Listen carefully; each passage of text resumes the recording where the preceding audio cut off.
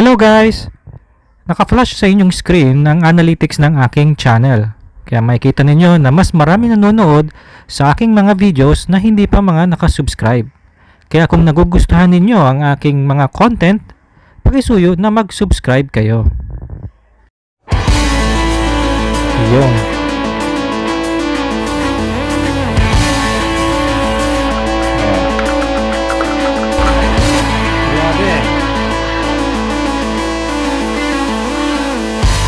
Muna di tayo magaling. ito mga tips na kailangan natin. Pag-uusapan natin ngayon, siyempre, puro sa mga...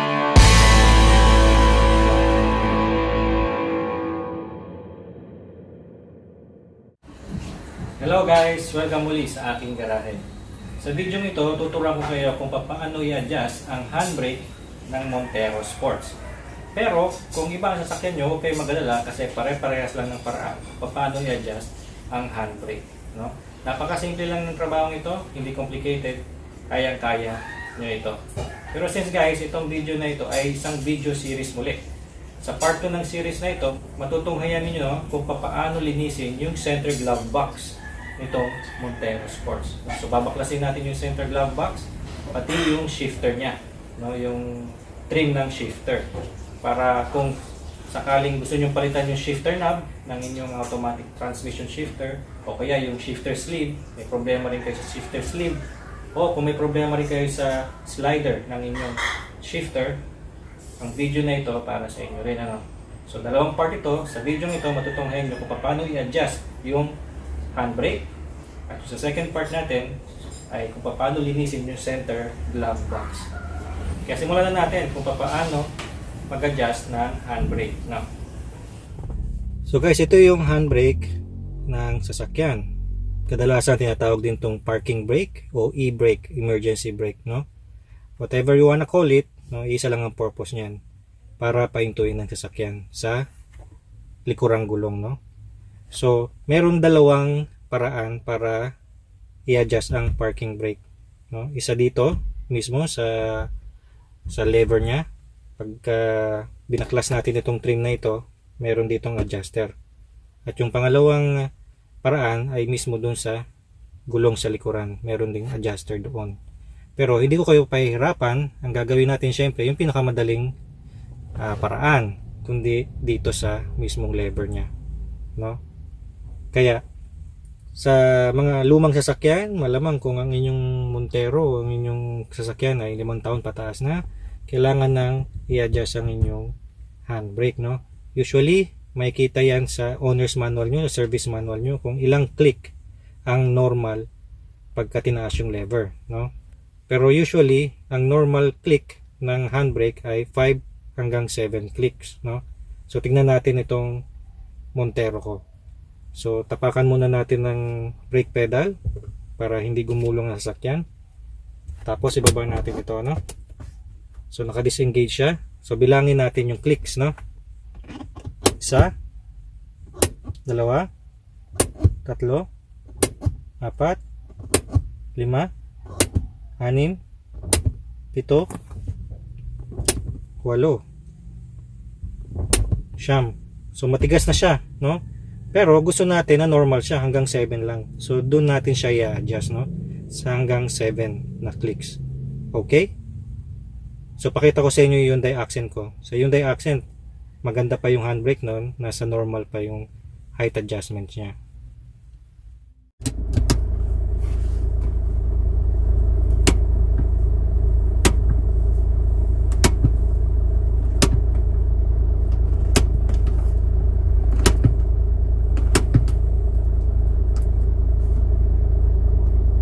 So guys, ito ang kailangan natin para may adjust ang inyong handbrake, no? So depende sa sasakyan kung paano niyo tatanggalin yung trim ng inyong sasakyan. Pero sa Montero Sports, ang kailangan lang natin ay 10mm socket, no? Syempre kailangan natin ng extension bar, ng socket wrench at ng mga prying tools, no? Okay, so yan lang kailangan natin para may adjust ang ating handbrake. Adjust na natin. Lagyan muna natin ng kalso.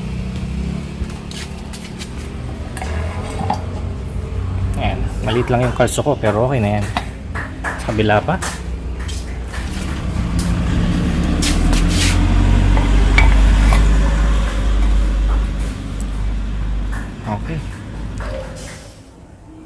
So ito yung ating center console. Para mabaklas yan, mayroong dalawang bolts doon. Kita nyo ba? Ayan.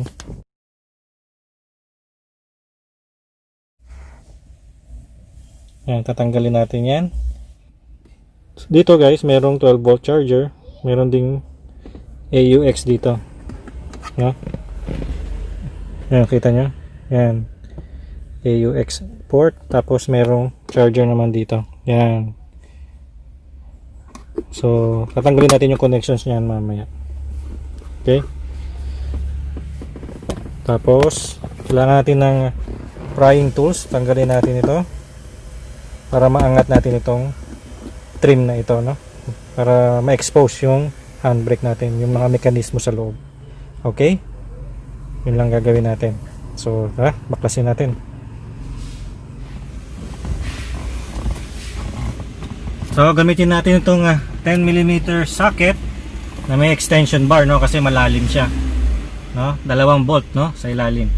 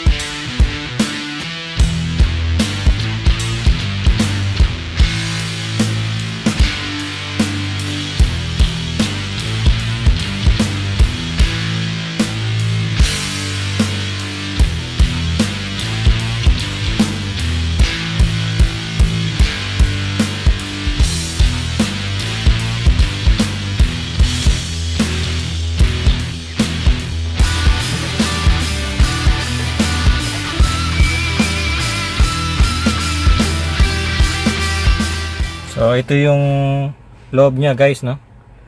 Ayan.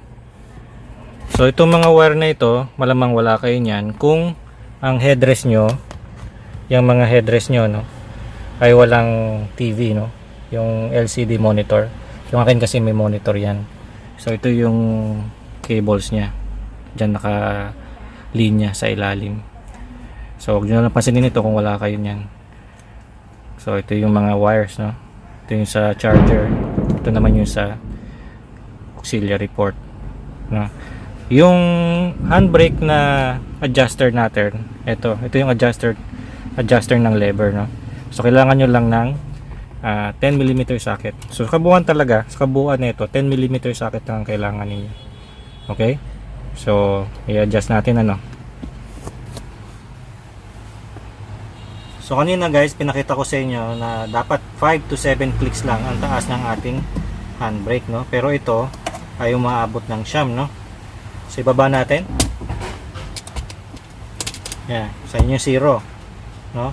Kailangan ilagay natin sa 7 kasi yun yung pinaka gusto nating adjustment, no? Sa 7 lang. Bilangin natin ulit. 1, 2, 3, 4, 5, 6, 7. Hanggang dito lang dapat. 8, 9, 10. Hanggang 10 nga pala siya, eh, oh. So, i-adjust natin siya hanggang 7. 1, 2, 3, 4, 5, 6, 7. So, hanggang ganyan lang dapat ang taas niya. So, adjust natin siya, no?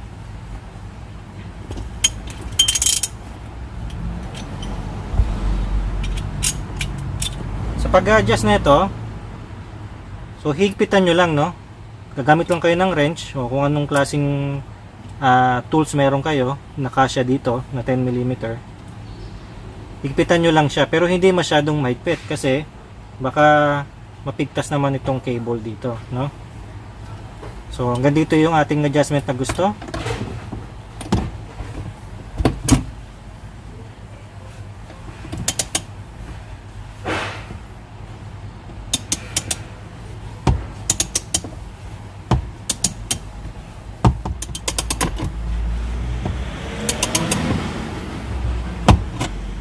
Okay, so masikip na siya.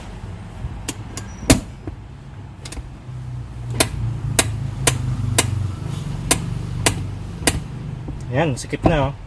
So, na-adjust na natin siya, di ba? Hindi na siya tataas. So, ganun lang mag-adjust ng inyong handbrake.